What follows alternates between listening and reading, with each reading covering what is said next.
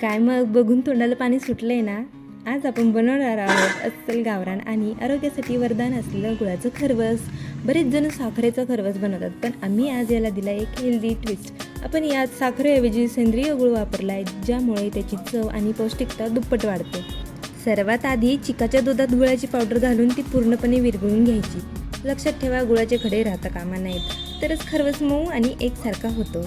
आता हे मिश्रण एका भांड्यात काढून साधारण 20 ते 25 मिनिटे वाफवून घ्यायचे। वाफवताना गॅसची फ्लेम मध्यम ठेवा, म्हणजे खरवस एकदम जाळीदार होते। आता 20 मिनिटानंतर बघा, काय मस्त सुवास दरवळलाय।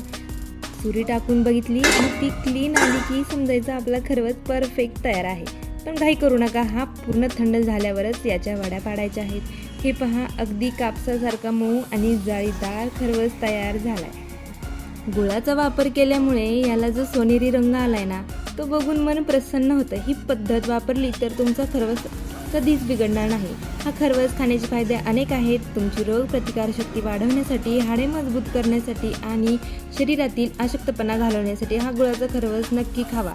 तर कशी वाटली ही गावरान रेसिपी? घरी नक्की ट्राय करा आणि तुमच्या प्रतिक्रिया कमेंट्समध्ये सांगा। व्हिडिओ आवडल्यास शेअर करा। हा खरवस खाऊन तब्येत तर एकदम फिट होणारच, पण पुढचा व्हिडिओ खास आहे, तो पाहण्यासाठी चॅनलला सबस्क्राईब करून ठेवा। काळजी घ्या, धन्यवाद।